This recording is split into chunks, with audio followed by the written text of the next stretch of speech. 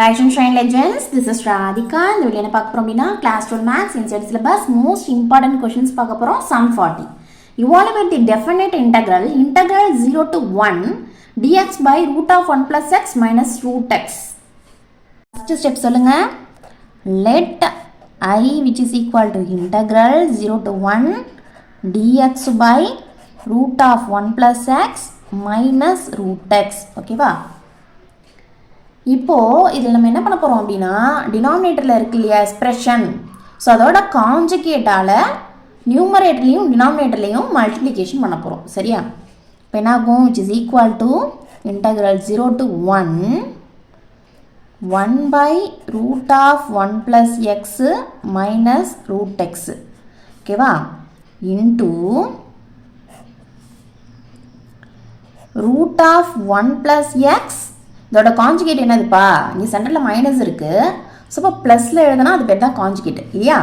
Plus root x by root of 1 plus x plus root x 2 dx. ஓகேவா? இப்போ என்ன ஆகும் சொல்லுங்கள்? 1ஆல் எதை மல்டிப்ளை பண்ணாலும் அது தான் வரப்போகுது இல்லையா? ஸோ இன்டகிரல் 0 to 1 நமக்கு நியூமரேட்டில் root of 1 plus x plus root x அப்படின்னு கிடச்சிடும். டினாமினேட்டர் என்னாகும்? a minus b into a plus b அப்படின்ற ஃபார்மில் இருக்குது. ஸோ ஃபார்முலா சொல்லுங்கள். we know that a minus b into a plus b என்னது? which is equal to a square minus b square. இங்கே a யார்? இவங்க தான், b இவங்க. ஸோ ஸ்கொயர் பண்ணுங்கள். என்னாகும்? ஸ்கொயர் பண்ணும்பொழுது நமக்கு சரி இந்த ஸ்டெப் எழுதிடலாம். Root of 1 plus x whole squared minus root x whole squared dx. Okay, அப்போ புரியுது அது வரைக்கும்? சொல்லுங்கள்.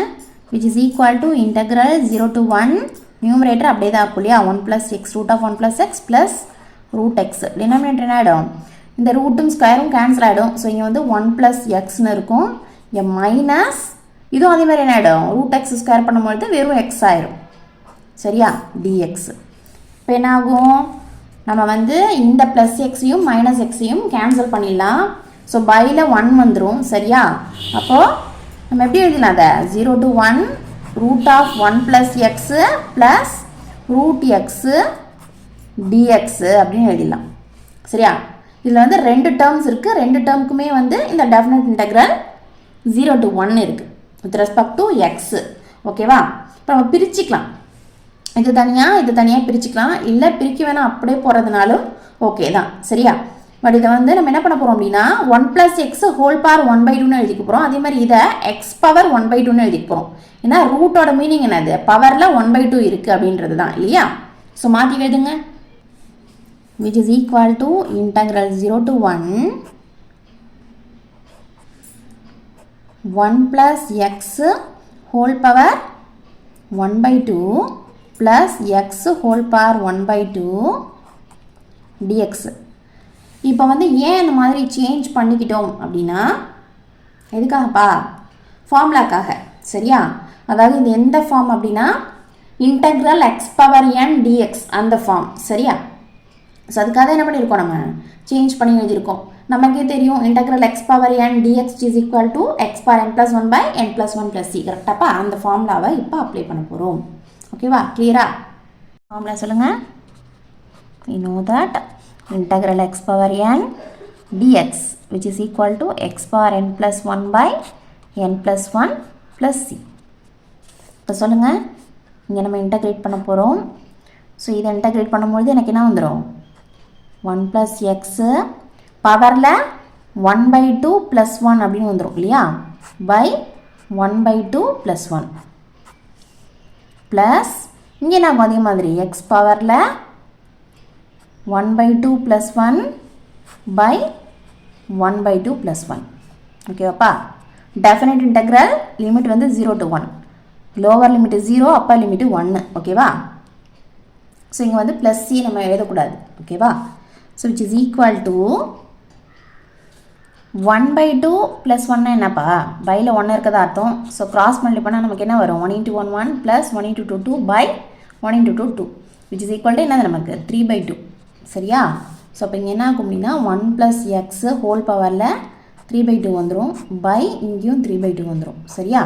அதே மாதிரி ப்ளஸ் எக்ஸ் பவர் 3/2 பை 3/2. நம்ம இன்னும் லிமிட்டை அப்ளை பண்ணல 0 to 1. சரியா? இப்போ இதில் என்ன பண்ண போகிறோம் அப்படின்னா இந்த 3/2 வந்து டினாமினேட்டர் ரெண்டுத்துலேயுமே இருக்கு இல்லையா? ஸோ இதை வந்து நம்ம காமனாக என்ன பண்ணலாம், வெளில எடுத்துடலாம். இப்படி எடுத்துட்டோம் அப்படின்னா உங்களுக்கு வந்து இது 2/3 வந்துடும். இந்த 2 வந்து டினாமினேட்டர், ஸோ நியூமரேட்டருக்கு போயிடணும். சரியாப்பா? இப்போது இந்த ரெண்டு டேர்மில் இருந்து நான் 2/3 காமனாக வெளில எடுத்துட்டேன் அப்படின்னா எனக்கு இங்கே என்ன இருக்கும், 1 + x whole power 3/2 plus X பவரில் 3/2 இருக்கும். சரியா? இங்கே எனக்கு வந்து 0 to 1 இருக்கும். இப்போ லிமிட் அப்ளை பண்ணிடலாமா? 2/3ன்றது கான்ஸ்டன்ட், அதுக்கும் லிமிட்டுக்கும் சம்மந்தம் இல்லை. சரியா? ஸோ வெளியில் எடுத்துடலாம். நம்ம ஃபஸ்ட்டு என்ன பண்ணணும், அப்பர் லிமிட் போடணும். அதாவது எக்ஸுக்கு பதிலாக அப்பர் லிமிட் அப்ளை பண்ணணும். தென் மைனஸ் எக்ஸுக்கு பதிலாக லோவர் லிமிட்டை அப்ளை பண்ணணும். ஃபஸ்ட்டு அப்பர் லிமிட் அப்ளை பண்ணுங்கள் 1. ஸோ இப்போ என்ன ஆகும் நமக்கு இங்கே 1 + 1 ஹோல் பவர் 3/2 அப்படின்னு ஆகிடும். இங்கே ப்ளஸ் 1 பவர் 3/2 அப்படின்னு வந்துடும் இல்லையா? தென் என்ன பண்ணோம், மைனஸ் லோவர் லிமிட்டை போடணும். Lower limit 0. ஸோ 0 போடும்போது இங்கே 0 ஆகிடும். பட் இங்கே 1 இருக்கு இல்லையா, அந்த 1 பவர் 3/2 மட்டும் இங்கே இருக்கும். 1 பவர் 3/2 இருக்கும். இங்கே 0 போடும்போது என்ன ஆகிடும், ஃபுல்லாகவே 0 ஆகிடும். சரியாப்பா? இப்போ இதில் நம்ம என்ன பண்ணிடலாம், இது ப்ளஸில் இருக்குது மைனஸில் இருக்குது, ஸோ கேன்சல் ஆகிடும். சரியா? which is equal to 2/3 into 1 + 1 என்னது 2 தானே, 2 பவர் 3/2 அப்படின்னு எழுதிடலாம். தென் இது எப்படி எழுதலாம் சொல்லுங்கள், which is equal to 2/3. இது வந்து எப்படி எழுதலாம், இங்கே வந்து 1/2 into 3 தானே இது. ஸோ வந்து இதை நம்ம எப்படி எழுதிக்கலாம்,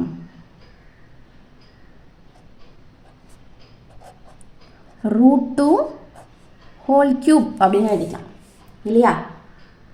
கரெக்டு தானேப்பா?